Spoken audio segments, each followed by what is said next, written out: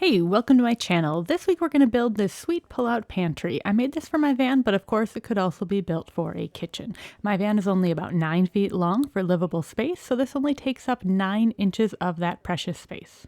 So the first step is to build a basic base, and there's no magic here. You're just going to build a rectangle in any way you want to. I'm going to use some pocket hole joinery, but that is certainly not necessary.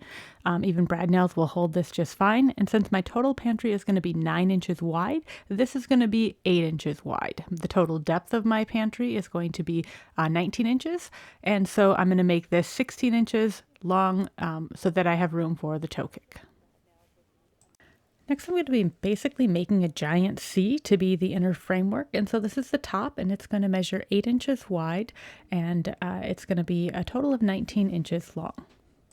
For the bottom of the giant C, you'll notice that I put the drawer slides on first, and that's because this is going to be a really tight space. So once this part is assembled, it would be very challenging with the drivers that I have anyway to be able to get the screws in there. I used 1/2 inch plywood for the back piece here, and it's going to seem kind of flimsy at this point, but it's going to really get its strength from the side pieces of plywood. Next, I added wood to the edges so that I would end up with a nice flush surface for attaching the side plywood to. This piece is a temporary piece that's just going to allow this to keep its strength and make sure that everything is square while I'm working on the inside part.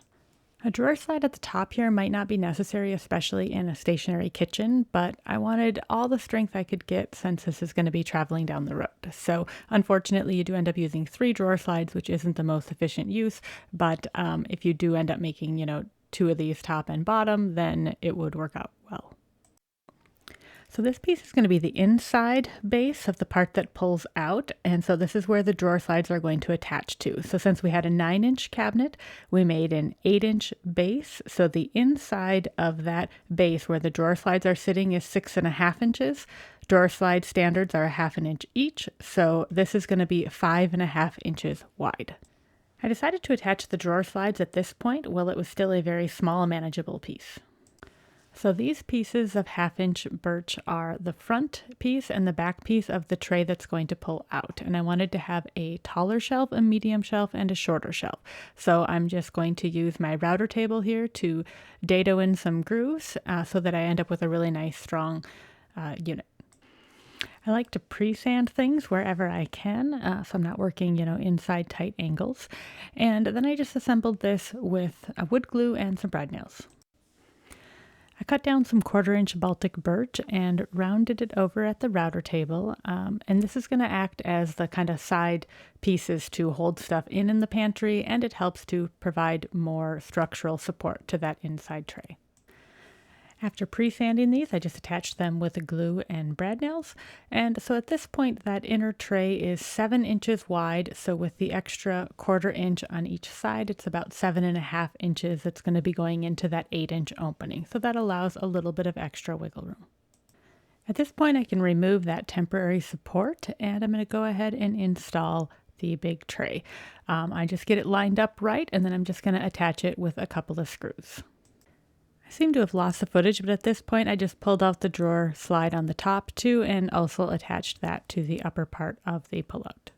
Now the weird shape that's cut out there, it allows room for the push to open door locks, and this is obviously necessary for travel, so if you're doing this for a kitchen you wouldn't need this type of hardware. And I simply attached the side pieces with some glue and brad nails. And now for the moment of truth. So I made over a dozen drawer and door fronts for this van, so I didn't film all of them, and apparently the pantry ones are ones that I did not film, but I'm doing the exact same technique throughout the entire van, so I'm just going to very quickly show you how I made a different set of them. So I'm just making some super simple shaker style drawers here, and so I went with 3-inch for the borders, so it's 1/4 inch MDF that I'm going to use for this, and I'm putting it on a very lightweight 1/2 inch plywood. So after I test fit everything, I'm going to use Titebond 2 wood glue, and these little craft rollers are really nice for being able to get a very small, even amount of glue, so there's not a lot of squeeze out. And then I'm going to use a pin nailer to attach these. I use wood filler for each of the seams as well as even the little pinholes, and then I'm going to sand it again. And then the big key with MDF edges is to use sanding sealer. So I used sanding sealer throughout and then sanded it again and then went ahead and painted them. So to install the locking hardware, you drill a 1-inch hole, and then I found the easiest way to get the ring in instead of trying to pound it in with a mallet is to squeeze it in at a vise. That seems to be the gentlest way to do it. At this point, the hardware is just attached from behind, so I just pre-drilled little holes and screwed it in. Now the upper part of the pantry is also going to be 9 inches wide, and it's scribed with the curve of the van. The lower part I just left straight because by the time the countertop meets up with it, you're not going to be able to see anyway that it's not scribed in, so I kept it simple. So there's a 2x4 in the back that's been attached with rib nuts, so it's really sturdy, and so I'm just going to make a spacer here to put behind, and then the entire thing is going to be attached through there as well as through the floor. I think it probably took me just about as long to build the simple upper cabinet, just because it had to be scribed with the shape of the van, than it did to do the entire pull-out lower part of the pantry. The nice thing about using soft close for any of these in the van is that they had a pretty decent amount of holding power, even, without the push to lock things. Obviously that's still necessary, but at least it's not rattling and hitting against that all the time like if you didn't use soft close. After I installed the door on the top of the pantry, then the lower part of the pantry, in order to get that kind of big drawer front on it, there wasn't any good way to clamp it or open it up and make sure it was lined up just right.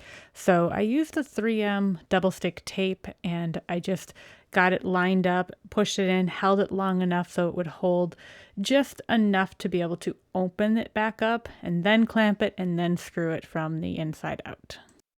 Well, that's a wrap on this step of the van. If you're enjoying this process, please like, subscribe, and follow along. I'll have a lot more build videos coming.